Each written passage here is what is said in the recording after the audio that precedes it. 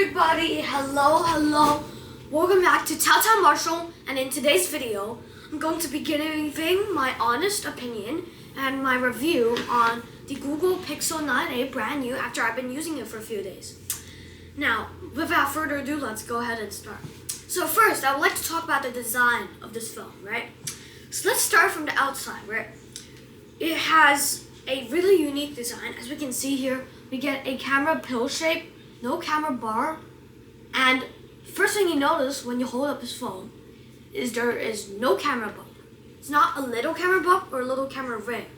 There's no camera bump. Like, how long have we been asking smartphone manufacturers to do this? Like, I don't care, go ahead, make the phone thicker, get rid of the camera bump, and put a big battery to fill in the space. That is exactly what Google has done with this phone. So they just removed the camera bump and they put a bigger battery, and it's thicker now. So basically, Google's $500 phone now has a bigger battery than Google's $1,000 phones. That means the Google Pixel 9a has the largest battery ever on a Pixel at 5,100 milliamp hours. That is crazy. And it's a 6.3 inch display, not a 6.8 inch or anything like that. So that is one thing that's really unique and good about this phone. And now this camera design, it has gotten some controversy. Some people will say it kind of looks like a knockoff Pixel 9. But I mean, you don't have to look at it much. If you can get over it, you'll get used to it. I've grown onto it, so yeah. It has a plastic back, but you really can't notice the difference with the glass one because number one, you're gonna have a case on. Number two, even if you don't have a case, it's still very hard to tell the difference. Aluminum side rails that are matte. Right. Okay. Now I want to talk about the screen.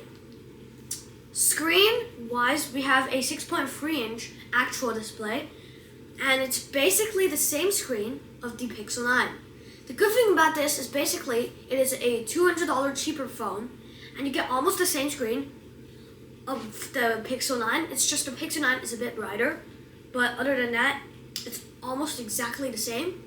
You get your under-display fingerprint sensor, very good, and 120 Hertz display, very good. Okay, so I want to talk about now the cameras, right? We have a 48 megapixel main sensor, which is actually a downgrade from last year's 64 megapixel main camera, but it's a worthy sacrifice to what we get in this year's phone, in this design and everything. So without a camera bump, that's already very impressive. So 48 megapixel main sensor and a 12 megapixel ultra wide. That is the same cameras with megapixels as the iPhone 16. The iPhone 16 is $800. This is $500. Like, if you think about it, it's crazy, right? Okay. This phone takes really good photos, right? You get that classic pixely look, and what makes a pixel photo? Basically, it's snappy, it's contrasty, you get all the detail.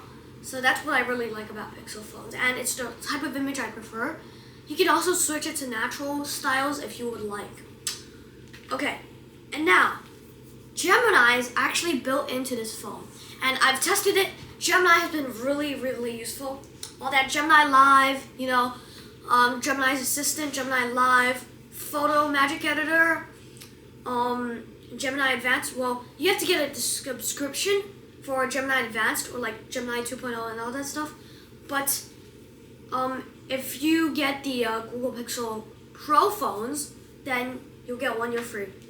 But Gemini has been really helpful. Like, I have asked it to generate like essays, generate cooking recipes, and it does that all in a breeze. And especially with Gemini Live, I feel like this is like ChatGPT, but you have more freedom. Like, if you want them to stop talking, you just talk over them. Like, basically, and it sounds very natural. It doesn't sound like a robot is speaking to you. It sounds very natural. It sounds like a human. You can also customize your own stuff and also that. And Photo Magic Editor is really cool because you can basically, there's some features, for example, erase. You can erase something in your photo, and you can also like reimagine, which is basically reimagine, for example, my background. You can turn it into whatever you want. just type in a prompt and it will generate it for you. There's also a feature called Add Me, and it's on all of the new Pixel 9 phones. Basically, it's for when there's two people, right? But you're trying to take a picture, and basically you get to be in the picture too. So you just snap a picture, right? Tell one person in the photo to come, and you go in, and then they take your picture, and then Google's image processing just puts them both together into one shot. It works surprisingly well. I might actually use it in day-to-day use. Very helpful. Right, so that's Gemini. I will actually compare it to Apple Intelligence head-to-head, because some say one is better than the other, so we'll have to find out. Right. And one more thing, I want to talk about Pixel OS. Android on a Pixel has the best integration in my opinion, because Google owns Android, Google makes Android. So, but even though these phones, I'm not sure the Pixel 9a, I think, yes, all Pixel 9 phones are shipped with Android 14, but Android 15 is out now already, so you can upgrade now. And actually, we get 7 years of software and security updates, so that's really good. So it's built to last long. And also, the Pixel OS has been very good. I love Pixel OS. It is the best Android operating system. Better than One UI, better than iOS, better than Xiaomi OS, like better than HyperOS, all that. I really, really love Pixel OS. So overall, this is an amazing phone for the price. I will put it against the iPhone 16e in a separate video. Thank you guys for watching, and we'll see you in the next video. See you guys.